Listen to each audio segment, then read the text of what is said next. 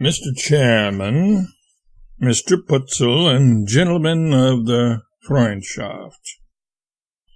That maxim I did invent, but never expected it to be applied to me. I did say, when you are in doubt, but when I am in doubt myself, I use more sagacity.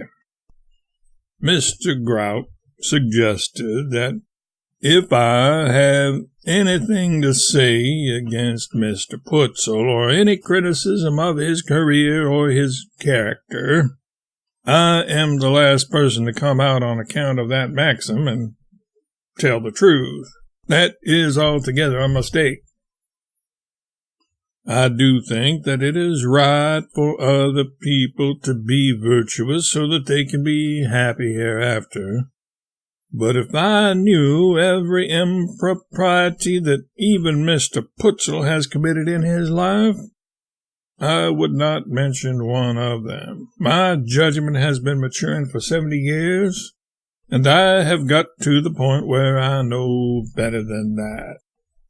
Mr. Putzel stands related to me in a very tender way through the tax office, and it does not behoove me to say anything which could by any possibility militate against that condition of things.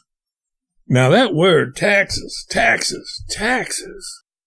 I have heard it tonight. I have heard it all night.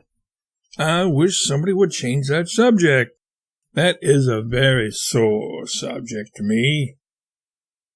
I was so relieved when Judge Leventry did find something that was not taxable. When he said that the commissioner could not tax your patience. And that comforted me. We've got so much taxation. I don't know of a single foreign product that enters this country untaxed, except the answer to prayer.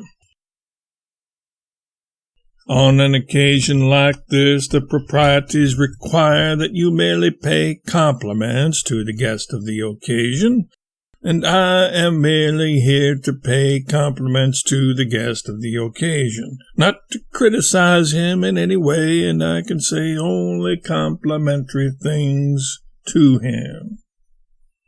When I went down to the tax office some time ago, for the first time in New York, I saw Mr. Putzel sitting in the seat of perjury. I recognized him right away. I warmed to him on the spot.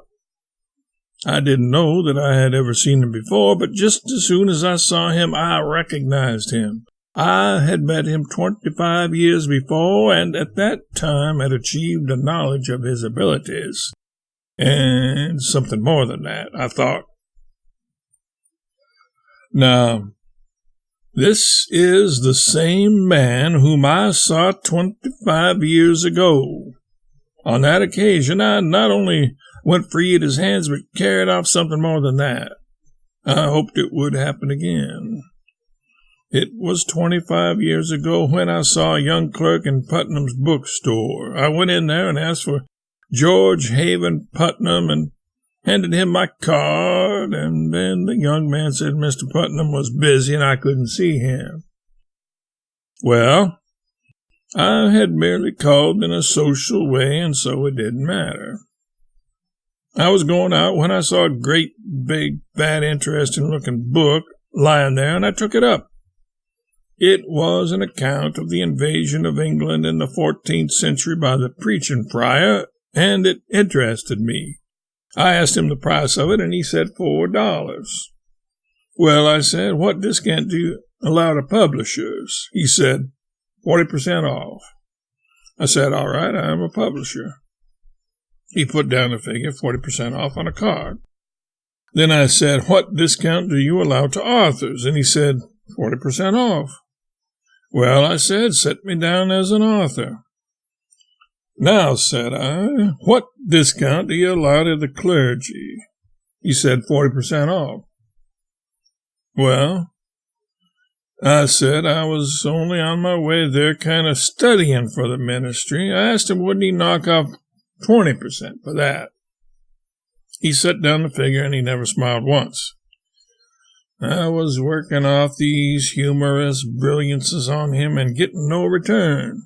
Not a scintillation in his eye, not a spark of recognition of what I was doing there. I was almost in despair. I thought I might try him once more, so I said, "No, I am also a member of the human race. Will you let me have 10% off of that?" He set it down and never smiled. Well, I gave it up. I said, "There's my card with my address on it, but I have not any money with me. Will you please send the bill to Hartford?" I took up the book and was going away. He said, "Wait a minute.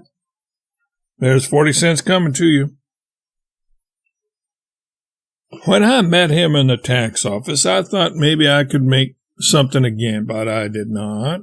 I had not any idea I could when I came, and as it turned out, I did not get off entirely free. I put up my hand and made a statement. It gave me a good deal of pain to do that. I was not used to it. I was born and reared in the higher circles of Missouri, and there we don't do such things. Didn't in my time, but we have got that little matter settled, got a sort of a tax levied on me. Then he touched me. Yes, he touched me this time because he cried.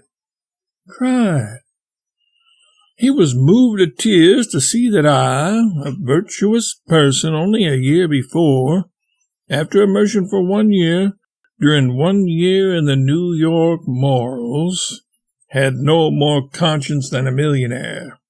I would like to compliment him anyway, for I may get relief next year. Attorney General Mayer suggested that I might be a Supreme Court judge.